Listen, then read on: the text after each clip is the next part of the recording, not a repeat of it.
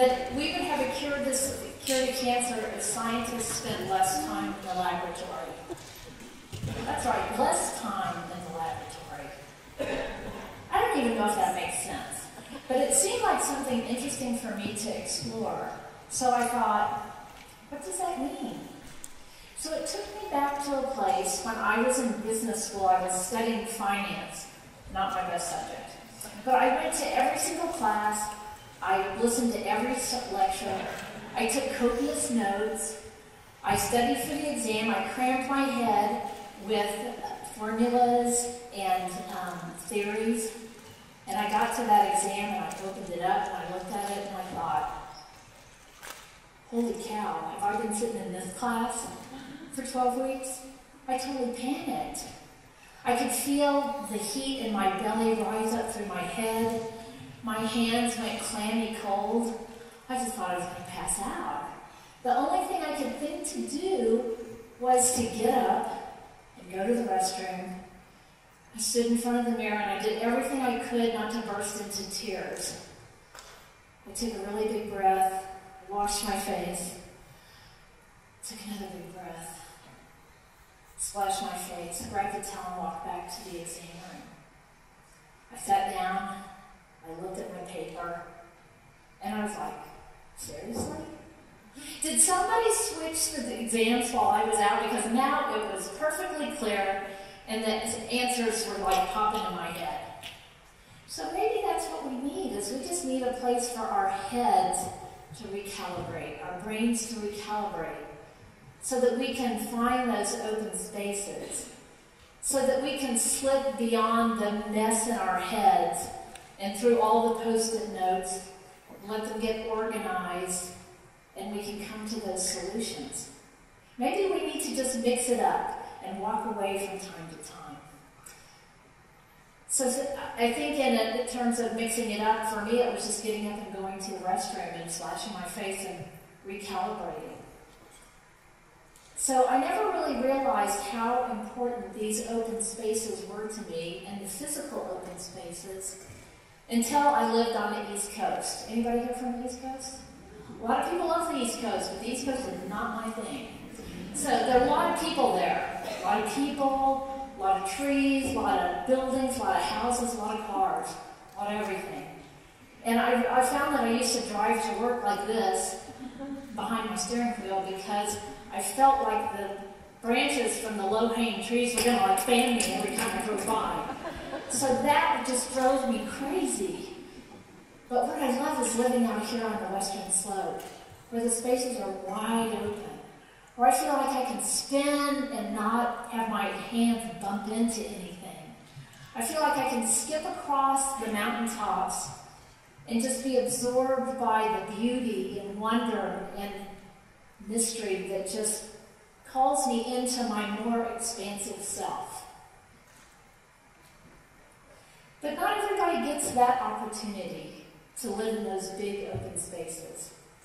A lot of people live in tightly wound worlds where they live so deep in the weeds they can't see beyond their noses.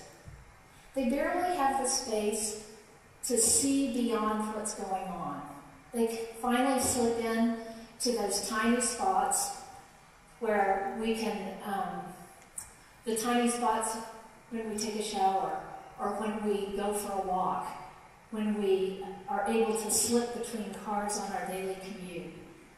The places where our conscious mind melts into our not-so-conscious mind, and our minds have the places to roam, to think, and to toss around new ideas. I see that all the time in the business world. I'm a business consultant, an executive coach, and I work with a lot of people in businesses who are so deep in their business, they never spend time on their business. They never allow themselves the part to step back, see something as a whole, make unexpected connections, experience epiphanies, or that lightning strike of inspiration. They're so deep in the trench that they're just digging, and if we don't ever step out of that trench or keep our head up above that, we can't see where we're going. So it's important to think about looking at the big picture. We get so wrapped in our small thinking and narrow-mindedness that it's really hard for us to pull out and look bigger.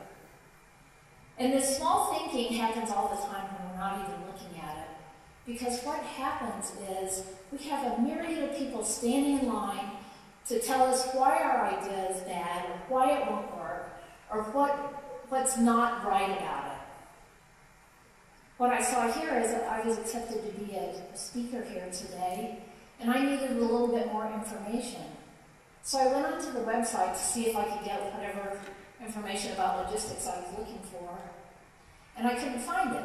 So I toggled over to the Facebook page, and on that Facebook page, I ran across a post, and that post said, "Completely uninspiring speakers, but I have my ticket, so I'm going anyway." How fascinating! Which is a term that I always use to suspend judgment and stay involved in the curiosity. So I wondered, why didn't that person just sell their ticket so they wouldn't have to subject themselves to this? So there's huge power in our words. Our words have the ability to deflate us or inspire us. They have the ability to compress us or expand us. I think the key is what I've learned over my life, is that it's not my job to step on anybody's idea or anybody's dream. It's only my job as a business consultant to step into that possibility that this person has presented, the idea. To step into the possibility with them and help them explore this idea of how it works, can it work, will it work, will people care? And I think that that's the key. And that's one reason I love improv. Improv is such a great exercise in opening up space. So the premise behind improv, it's a practice. And what the goal is to find the open space, step into it, and expand it for the next person. So the key is, how do we keep our ideas expanding? How do we keep our hearts expanding? How do we keep space expanding for others so that we can all move around and connect with our deepest selves, our expression, our spirit of expression, and what we want to bring to this world? My wish for you is to have the courage to be the light, to be the inspiration, to open up those spaces for your dreams and your goals and other people's dreams and their goals. And to step onto the vast horizon of possibility and create your own remarkable lives. Because magic happens in the